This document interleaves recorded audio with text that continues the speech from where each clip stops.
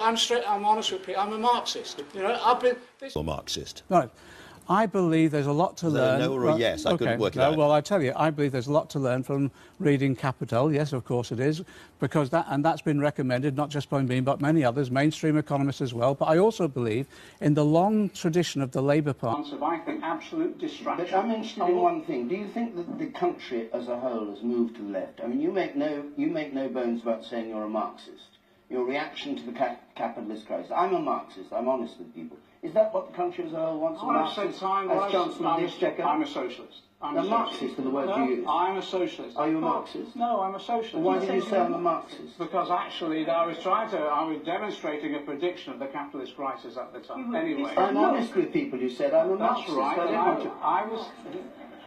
I was predicting what Marx would say in terms of the economic crisis that was coming. You said I'm a Marxist. I'm a Marxist. The decision today for my constituents is an absolute disgrace. The commitments that have been given in terms of conditions to attach are spin. They're as worthless as the commitment that there'll be no third runway. It is a betrayal of future generations in terms of the environment. It's a betrayal of my constituents who will lose their homes, their schools, their cemeteries, their churches, their Gurdwara.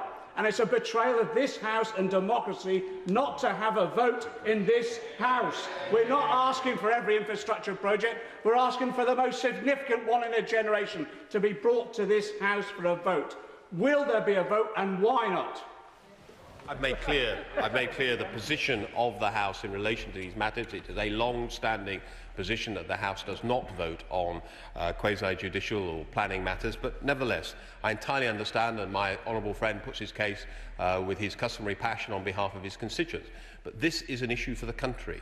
Heathrow is a national airport serving the whole of the country, and necessarily when judgments have to be made about the interests of the country, those decisions have to be made however difficult they are.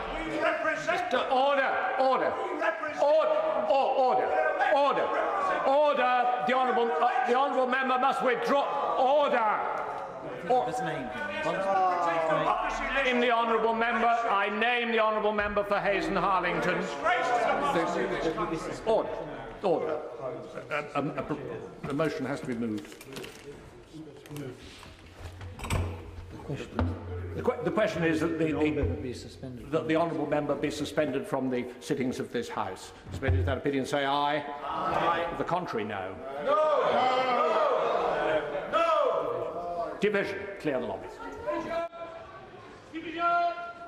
As an observer and a keen economist, what happens to the British economy if there is no deal? I'm not countenance no deal. I'm not willing to countenance that. I don't think it's a realistic option. But I mean, the government's talking about it. They're talking about it. There is not. I don't think there's a majority in Parliament for no deal. I think on a cross-party basis, you'll see in the debates in the coming week, the government will get the message. There will be a deal. Are you saying that the House of Commons can stop the government from a no deal scenario? I don't believe there's a majority in the House of Commons for no deal, and I think the government needs to recognise that. But there is no vote on that in the House of Commons. The government can negotiate. When we amend the legislation, which I think we will, I think there's a majority to do that. To have a meaningful vote is what we've said all the way along. We'll be able to say to government, whatever you're negotiating, it will not be on the basis of no deal, because the damage to this economy would be so great. Isn't this really, really bad negotiating? No, not at all. Well, you heard Richard Tice, and he was saying, if we haven't got a plan B, if we haven't got a way of getting out of it, then they are just going to screw the screw tighter and tighter and tighter. Before I came into Parliament, I'm a trade union negotiator. I was chief executive of a local government association with an office in Brussels. I negotiated in Brussels. You do not negotiate in this way, either from any negotiation. What you say is, what's our mutual interest, and you have mutual respect. And on the basis of mutual interest and mutual respect, we believe we can get a decent deal, because our European partners are dependent on us as we are upon them for this deal working. It will damage them as much as us. We should not. This isn't about. Let me just say this, Andrew. I worry for our country as a result of what's happening within the Conservative Party. This isn't about negotiating with Europe. It's about fighting amongst themselves. If they can't negotiate a deal, they should get out of the way and let us. Yes, 2 weeks ago I recommended that Labour MPs should vote for the Charter, and today I'll be urging them to vote against. Embarrassing.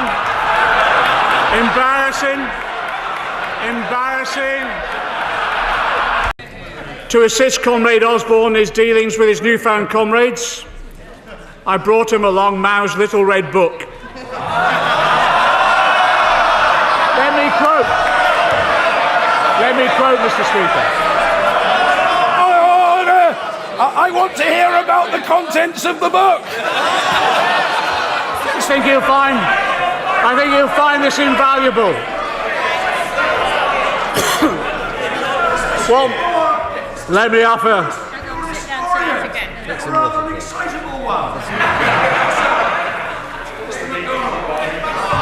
I thought this would help him, Mr. Speaker. Let's quote from Mao, rarely done in this chamber. The quote is this. Behave.